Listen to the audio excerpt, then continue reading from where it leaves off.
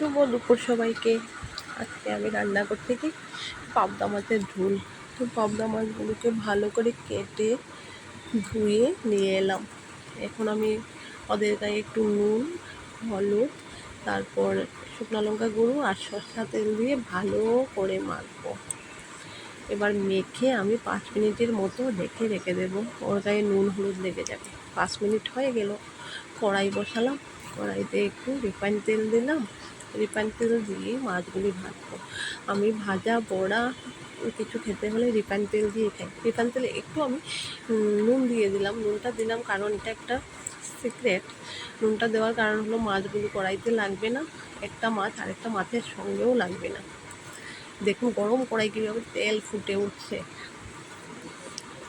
যদি এই তেলের ছিটা পড়ে, তারপর দিয়ে দিলাম আরেকটা। তারপরে এখন আমি ডেকে হাই ফ্লেম দিয়ে দেব। হ্যাঁ, এখন আবার লো করেছি, না হয়তো আবার ফুটে উপরে পড়ে যাবে। দেখুন মাছগুলো কি সুন্দর উল্টে গেছে, কড়াইতেও লাগেনি আর একজন আরেকজনের গায়েও লাগেনি। এইদিকে মাছগুলো ভাজা হবে আর আমি একটা মশলা করে নিচ্ছি। মশলাতে দিলাম কাঁচা লঙ্কা, একটু আদা, একটা টমেটো আর পেঁয়াজ দিয়ে আমি এটা পেস্ট করে নিলাম।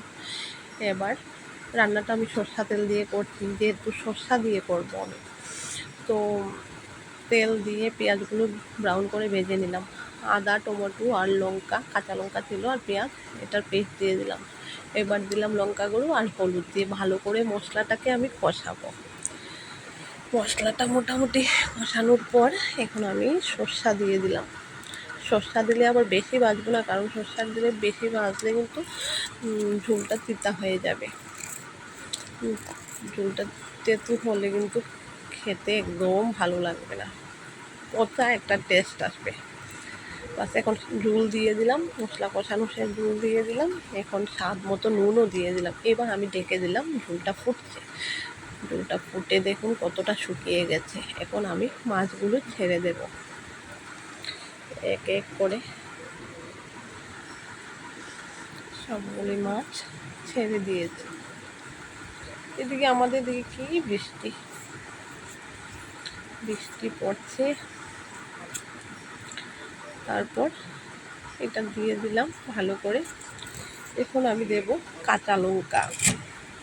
যেহেতু আমি লঙ্কাটা কম দিয়েছি, আমার ছেলে লঙ্কা এতটা খায় না, তার জন্য আস্তে আস্তে কাঁচা লঙ্কা দিয়ে দিলাম। তারপর দিলাম একটু সরষা তেল। সরষা তেলটা দিলে একটা দারুণ সেন্ট আসে। এটা নামানোর আগে দিতে হবে। দিয়ে একটা ফুটে গেলেই, একটুখানি ফুটে গেলেই তারপর ধনে পাতা দিলাম। ধনে পাতা দেওয়ার পর নামিয়ে নিলাম। কমপ্লিট আমার ভিডিওটা দেখার জন্য সবাইকে অসংখ্য ধন্যবাদ।